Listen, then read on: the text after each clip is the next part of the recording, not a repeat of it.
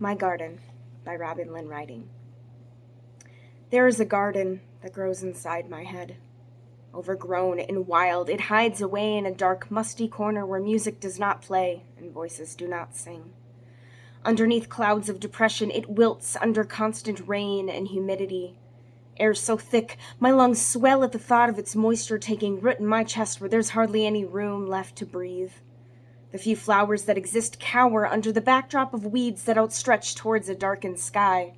What little sunshine exists there is swallowed by flora so ravenous it leaves no rays to nourish fragile leaves and buds too frightened to bloom.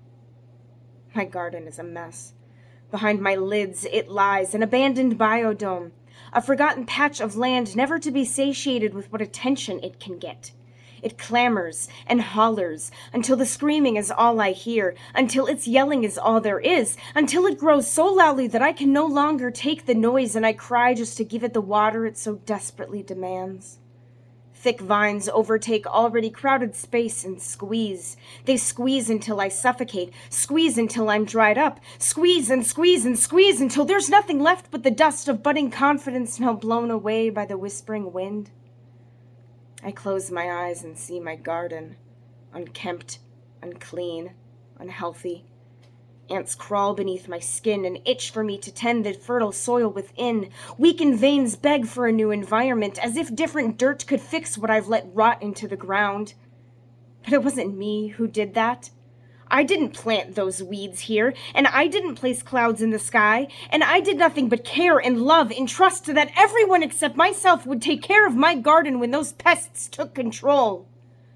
My tender seedlings could not grow under their constant words and lies and goodbyes that were wrought with expectations nobody could fulfill. How could anybody thrive? How could I be expected to survive when I was alone in this box filled with mud I was buried under, where I couldn't give any more water? How do you still need more water? You only want more and more and more because you say it's not enough. How can my tears not be enough? When will it ever be enough?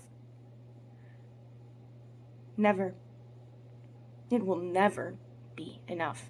Just like water is not enough, and sunlight is not enough, and the richest soils money can buy are not enough because brittle compliments and kind tongues will never be enough on their own to make my feeble plants grow. Rain and shame wash overhead, a blanket of regret that encases me in what this garden could be, should be, would be if I had nurtured instead of tortured the life that grew here.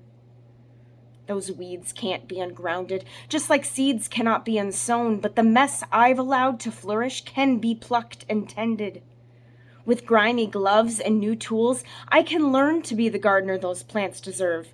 I can feed their scraggly roots with hard work and with sweat rather than drowning them in my regret.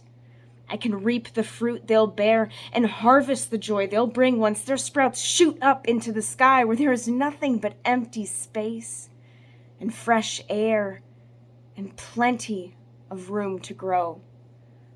Because one day, this garden will burst with new life and overshadow those damned weeds that lay dormant, forever waiting to overstay their welcome. But this time, it is them that will not survive, for I am finally ready to help my beautiful garden grow.